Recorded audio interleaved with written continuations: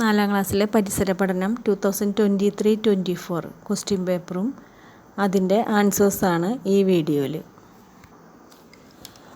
ഒന്നാമത്തെ പ്രവർത്തനം സ്വാതന്ത്ര്യത്തിലേക്ക് നടന്ന വഴികൾ.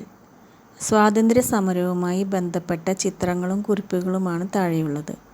ശരിയായ രീതിയിൽ വരച്ച് യോജിപ്പിക്കുക.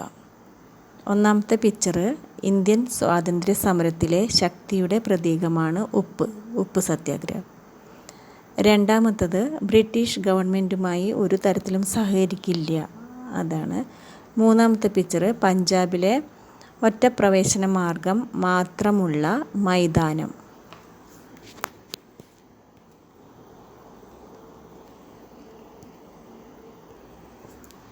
ബി ക്വസ്റ്റ്യൻ ഇന്ത്യക്കാരെ ഭയപ്പെടുത്തി ഭരിച്ച ബ്രിട്ടീഷുകാർ നടത്തിയ ഏറ്റവും വലിയ ക്രൂരതയാണ് ജാലിയൻ വാലാബാഗിൽ നടന്നത്.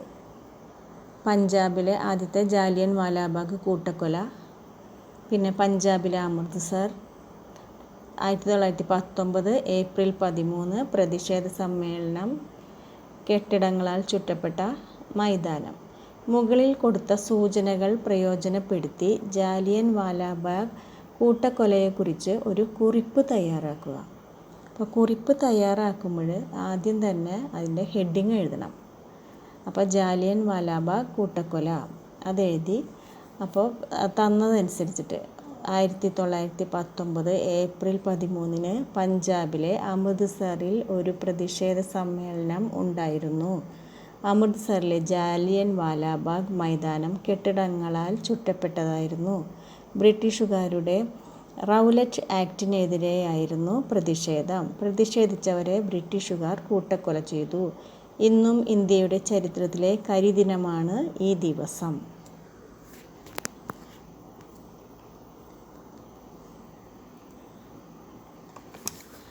രണ്ടാമത്തെ പ്രവർത്തനം കേരളത്തിലെ പാട്ടുകൾ. കേരളത്തിലെ വിവിധ ഗാനശാഖകളുടെ പേരുകളാണ് താഴെ കൊടുത്തിരിക്കുന്നത്. മാപ്പിളപ്പാട്ട്, വടക്കൻ പാട്ട്, ഞാറ്റുപാട്ട്, നാടൻ പാട്ട്. ഈ സവിശേഷതകൾ പരിശോധിച്ച് അനുയോജ്യമായ ഗാനശാഖയുടെ പേര് കണ്ടെത്തി പട്ടികയിൽ എഴുതുക. 1. തലമുറകളായി പാടി കൈമാറിയ ഗ്രാമീണ ഗാനം. ഗ്രാമങ്ങളിലെ പ്രദേശങ്ങളിലെ ഗാനമാണ് ഏത്? നാടൻ പാട്ട്. ഇനി രണ്ടാമത്തെ മൊയ്യൻകുട്ടി വൈദ്യർ കേരളീയ സമൂഹത്തിന് പരിചയപ്പെടുത്തിയ പാട്ടുകളാണ് മാപ്പിളപ്പാട്ട്. മൂന്നാമത്തെ അംഗച്ചേകവരുടെ വീരസാഹസികത വർണ്ണിക്കുന്ന പാട്ടുകളാണ് വടക്കൻ പാട്ട്.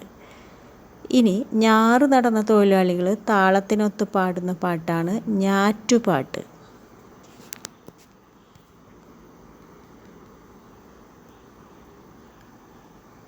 ഇനി ബി ക്വസ്റ്റ്യൻ ഓമനത്തിങ്കൾ കിടാവോ നല്ല കോമളത്താമരപ്പൂവോ. ഈ പ്രശസ്തമായ ഗാനം ഏത് വിഭാഗത്തിലാണ് ഉൾപ്പെടുന്നത്? അത് താരാട്ടുപാട്ടിലാണ്. മൂന്നാമത്തെ പ്രവർത്തനം ചിത്രം നിരീക്ഷിക്കുക. ഭൂമിക്ക് 2 തരത്തിലുള്ള സഞ്ചാര രീതികളാണ് ഉള്ളത്. അവയുടെ സവിശേഷതകൾ ഉൾപ്പെടുത്തി താഴെ നൽകിയിട്ടുള്ള ഫ്ലോ ചാർട്ട് പൂർത്തിയാക്കുക. ഭൂമി ഒന്നാമത്തെ ഭ്രമണം, രണ്ടാമത്തെ പരിക്രമണം. ഭ്രമണം എന്ന് പറഞ്ഞാൽ ഭൂമി സ്വയം അതിൻ്റെ അച്ചുതണ്ടിൽ കറങ്ങുന്നു. അപ്പോൾ രാത്രിയും പകലും ഉണ്ടാകുന്നത് ഈ ഭ്രമണം മൂലമാണ്. ഒരു ഭ്രമണം പൂർത്തിയാക്കാനായിട്ട് 24 മണിക്കൂർ വേണം. ഇനി പരിക്രമണം, അത് സ്വയം തൻ്റെ അച്ചുതണ്ടിൽ കറങ്ങുന്നതോടൊപ്പം തന്നെ സൂര്യനെയും വലം ചുറ്റുന്നു. കാലാവസ്ഥയിൽ മാറ്റമുണ്ടാകുന്നതൊക്കെ ഇതിന് പരിക്രമണം കാരണം കൊണ്ടാണ്. ഇനി പരിക്രമണം പൂർത്തിയാക്കാൻ 365 ദിവസം, അതായത് 1 വർഷം വേണം.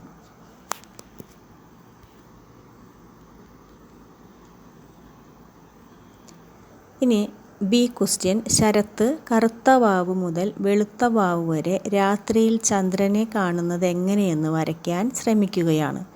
ചിത്രങ്ങൾ ശരിയായ രീതിയിൽ ഷെയ്ഡ് ചെയ്ത് പൂർത്തിയാക്കുന്നതിന് ശരത്തിനെ സഹായിക്കുക. ഇവിടെ സൂര്യനുണ്ട്, അമാവാസി എന്ന് പറഞ്ഞാൽ ഫുൾ ബ്ലാക്കാണ്. ഇനി രണ്ടാമത്തെ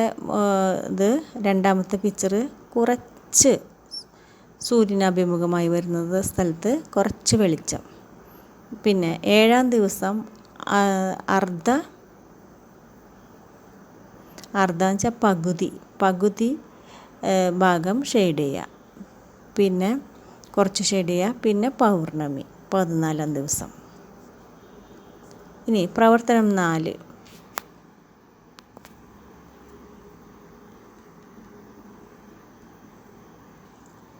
പ്രവർത്തനം 4 ഞങ്ങളും പ്രകൃതി സംരക്ഷകർ.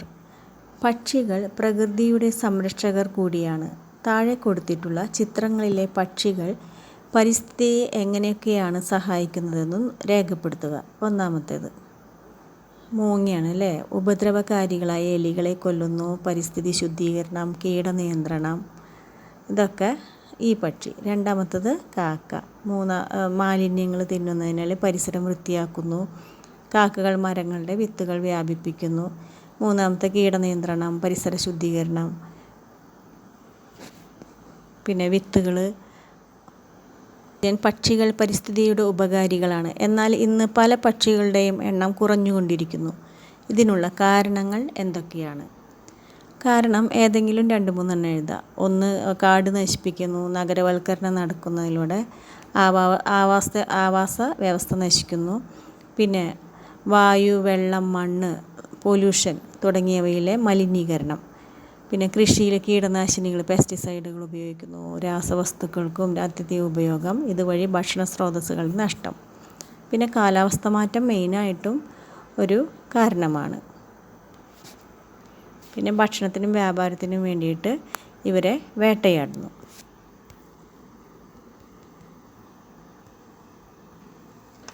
പ്രവർത്തനം 5 വായുവിനെ അറിയാം. ചിത്രം നിരീക്ഷിക്കുക.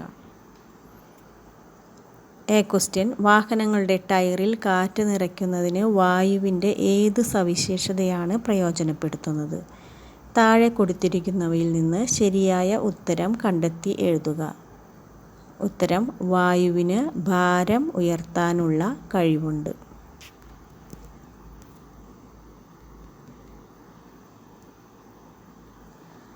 അടുത്ത ക്വസ്റ്റ്യൻ വായുവിന് വ്യാപനശേഷിയുണ്ടെന്ന് തെളിയിക്കുന്ന പരീക്ഷണങ്ങൾക്കുള്ള സാമഗ്രികളാണ് താഴെ കൊടുത്തിരിക്കുന്നത്. ആവശ്യമായ സാമഗ്രികൾ, പരീക്ഷണ രീതി, കണ്ടെത്തലുകൾ, നിഗമനം എന്നീ ഘട്ടങ്ങൾ ഉൾപ്പെടുത്തി പരീക്ഷണക്കുറിപ്പ് തയ്യാറാക്കുക. അപ്പോൾ ഇതിൽ തന്നെ പറഞ്ഞിട്ടുണ്ട്, പരീക്ഷണക്കുറിപ്പ് തയ്യാറാക്കുമ്പോൾ നമുക്ക് ആവശ്യമായ സാമഗ്രികൾ. ആദ്യം തന്നെ ഒരു ഹെഡിങ് എഴുതണം. എന്താണ്? വായുവിന് വ്യാപനശേഷിയുണ്ട് എന്ന് തെളിയിക്കുന്ന പരീക്ഷണം, അങ്ങനെ ഒരു ഹെഡിങ് കൊടുക്കുക. പിന്നെ ആവശ്യമായ സാമഗ്രികൾ അടുത്തതായിട്ട് എഴുതിയിട്ട് അതിൽ എന്തൊക്കെയാണ്? ഗ്ലാസ്, ബലൂൺ, നൂല്, തീപ്പെട്ടി, ചന്ദനത്തിരി, കടലാസ്, കാറ്റാടി, കാർഡ്ബോർഡ്. ഇത് പല പരീക്ഷണങ്ങളായിട്ടാണ് നമ്മൾ പറയുന്നത്, നമുക്ക് എഴുതാൻ പറ്റുന്നത്. അപ്പോൾ അതിൽ ഒന്നാമത്തെ പരീക്ഷണം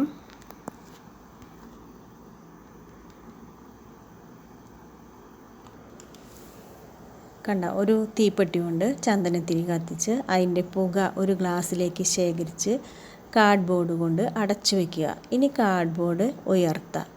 അപ്പോൾ എന്തായിരിക്കും? കാർഡ്ബോർഡ് ഉയർത്തുമ്പോൾ ഗ്ലാസ്സിനുള്ളിലെ പുക മുകളിലേക്ക് ഉയരുന്നു. പിന്നെ ചന്ദനത്തിരിയുടെ സുഗന്ധം നമുക്ക് അനുഭവപ്പെടുന്നു. ഇത് നിന്നും നമുക്ക് മനസ്സിലാക്കാം ഇത് എന്താണ്? വായുവിന് ഇതിൻ്റെ ഈ ചന്ദനത്തിരിയുടെ മണം വായുവിൽ വ്യാപിക്കുന്നത് കൊണ്ടാണ് നമുക്ക് സുഗന്ധം അനുഭവപ്പെടുന്നതെന്ന്. അത് ഒരു പരീക്ഷണം.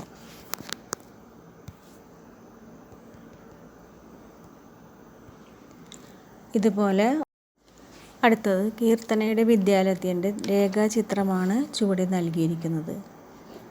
ഇത് റോഡുണ്ട്, പിന്നെ പാചകപ്പുര, കിണർ, കളിസ്ഥലം, ശലഭോദ്യാനം, ക്ലാസ് മുറി, സ്റ്റേജ്, ഓഫീസ്, ഗേറ്റ്, കൊടിമരം, അങ്ങനെയൊക്കെ കൊടുത്തിട്ടുണ്ട്.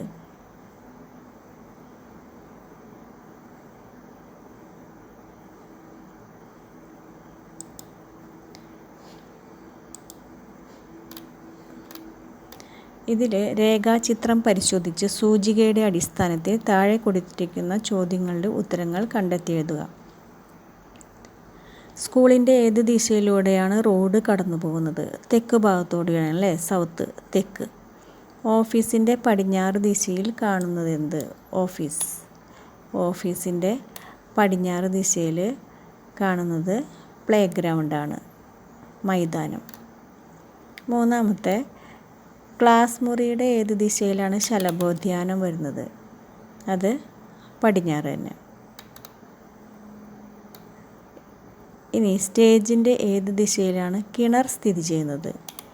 കിണർ സ്ഥിതി ചെയ്യുന്നത് സ്റ്റേജിൻ്റെ കിഴക്കുഭാഗത്ത്.